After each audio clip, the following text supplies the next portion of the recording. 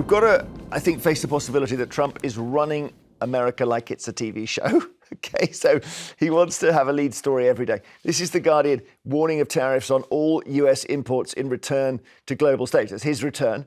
In a speech via a video link at the World Economic Forum in Davos, he gave a warning to businesses that don't make their products in America. But if you don't make your product in America, which is your prerogative, then very simply you will have to pay a tariff, differing amounts, but a tariff which will direct hundreds of billions of dollars and even trillions of dollars into our treasury to strengthen our economy and pay down debt. Under the Trump administration, there will be no better place on earth to create jobs, build factories, or grow a company than right here in the good old USA. Right. What do you think? Where do you start? Where do you start? But look, everybody, I can't stand the man. I hate him to the core. But just because we need to have a little bit of argy-bargy. I'm going to play devil. He may not be. I can't tell what Phil's going to. He might love it. I do. But the thing is, okay, let's be devil's advocate. This is a man who's been elected. He's new in office, and he's laying down the law. And he's like, this is. If you want to do stuff in America, we need the money. This is how we're going to do it. He's America first. It's an enormous experiment. This idea that you can put all your tariffs on your imports. The first thing that happens is it's incredibly inflationary, and prices go up. This guy's elected to stop inflation. It doesn't make economic sense. How long does it take to build a factory?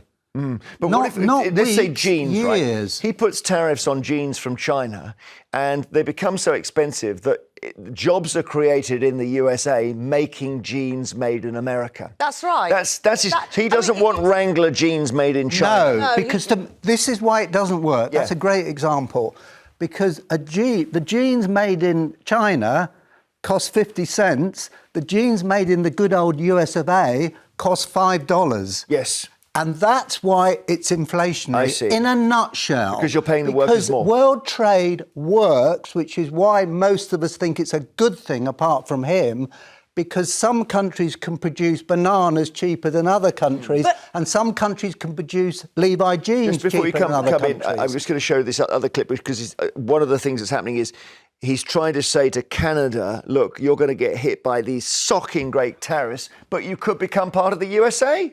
One thing we're going to be demanding is we're going to be demanding respect from other nations. Canada, we have a tremendous deficit with Canada. We're not going to have that anymore. We can't do it. I don't know if it's good for them. As you probably know, I say you can always become a state. And if you're a state, we won't have a deficit. We won't have to tariff you, et cetera, et cetera. But Canada has been very tough to deal with over the years. I thought somebody said there was a gasp when he said that. Is that right? I mean, look, I couldn't hear he's a showman. But just coming back on the things made in China, on the other hand, why should Americans buy cheap jeans made in China that's probably slave labour and it costs 50p? Why not make jeans more expensive so that you actually save up and have to buy something? Because it's going to help the environment and it's going to help better the standards of other people. It's everything. Yeah, but all those imports are going to have a tariff on them.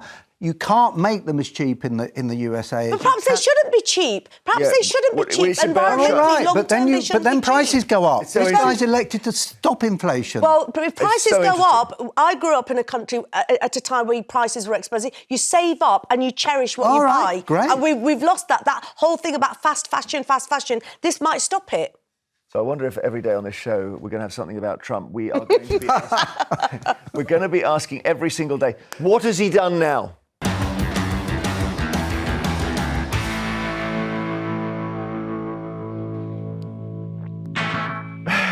So there is more. The JFK assassination files are being declassified under a Trump order. Sarah, do we need to know more about the assassination? I thought we kind of knew what we knew. Well, this is what I thought. I thought, well, we've seen so many films and, there's so many books out there. So why were they classified in the first place? That's what I don't understand. So perhaps now all the conspiracy theories around what happened to JFK, Robert Jr. and Martin Luther King. Yeah, Malcolm X. Perhaps Malcolm X. perhaps now we can actually really see for ourselves what was going on at the time. But Yeah, I wouldn't have thought that Trump was a conspiracy theorist on it. I mean, having read books about it, it was in the end, unbelievably, a single guy called Lee Harvey Oswald who took a rifle in the Texas Book Depository, and incredibly, it went straight through Kennedy's head. I mean, there's still a film of it, you know. I don't know, what is there more to know, though?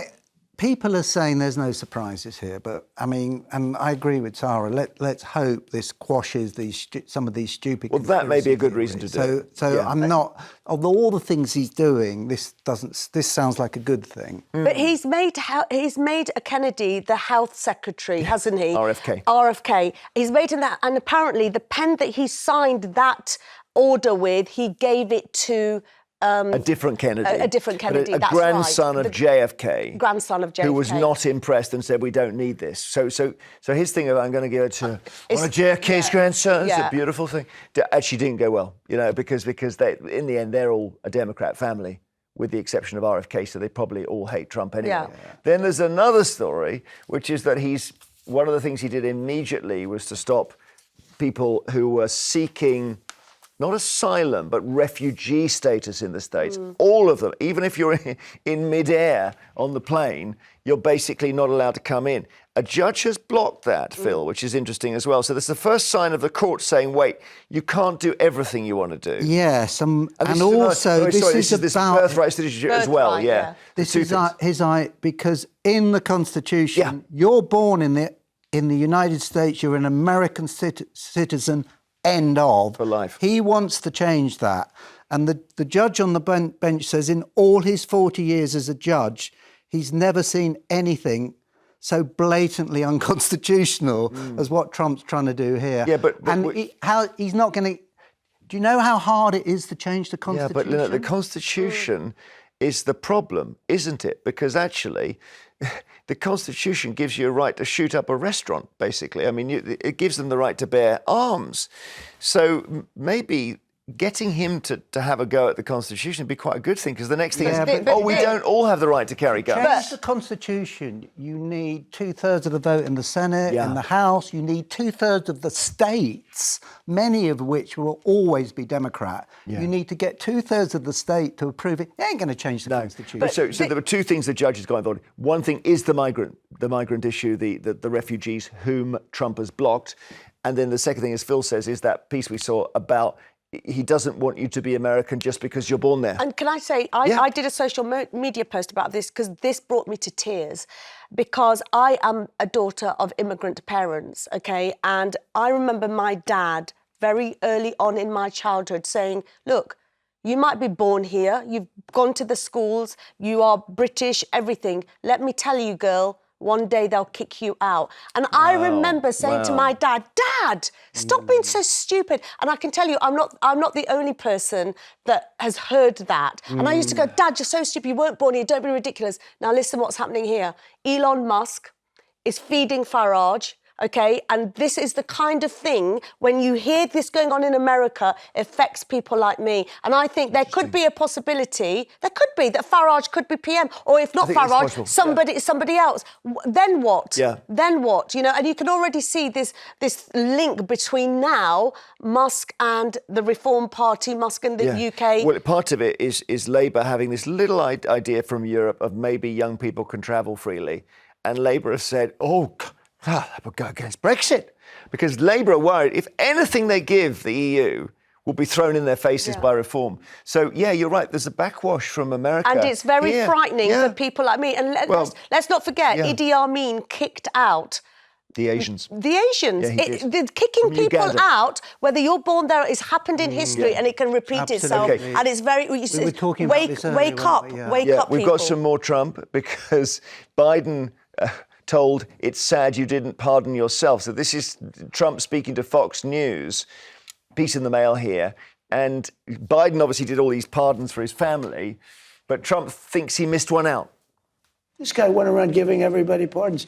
And you know, the funny thing, maybe the sad thing, is he didn't give himself a pardon. And if you look at it, it all had to do with him. I wonder whether that's a threat. Phil, course what do you it's a think? threat. Definitely a threat, Yes. isn't it? And I think the trouble for Biden, and I got bits of sympathy for him, but this is it. What he did when he said he wouldn't pardon his own family and then he went and did it, And pardoning absolutely Hunter. drives a coach and horses through And any his son's a moral criminal. authority Hunter he Biden has is a on the criminal. subject. Yeah, you're so right. Hunter Biden is a criminal, and that's, he's been convicted and everything else. And much more serious than anything than what Trump was actually convicted it's of. guns which and is drugs Very and- little when you drill Yeah, into it. and- I mean, he did have other charges that were then dropped. Yeah. But yeah, I mean, the hypocrisy of both sides is astonishing. But I do, but then we come back, don't we, and we just look at this, we're spending the whole part talking about Trump, but there's so much going on. We come back to the pardons for the January the 6th mob, because some of the people in there, as Trump would say, they're bad people. But can I tell you, the Democrats deserve this. They had so many chances to get Trump, and they didn't. And they wasted their time, and they were, and so this is all coming, that's true. biting That's them true. up the bum. And then- So what do you do? And the thing is, Trump is a showman. This is all about Trump. We know that. But this is the man that you're dealing with. And in a way, the world needs, part of me, and I can't believe I'm about to say this, I'm kind of glad that he's doing what he's doing, because it makes everybody else go, where do I stand? Who am I? What should I do? And he's woken politics up. And we all need It's waking funny, up. the populists have come through all at once, all over. So but I see similarities between Trump and Boris Johnson. Not all the way, but when Boris gave a speech, you couldn't help yourself. You'd start laughing. And there's a bit of this with Trump is you're just like, oh my God, what's he said now? Do you know what I mean? Okay, look, we'll leave Trump there. After the break.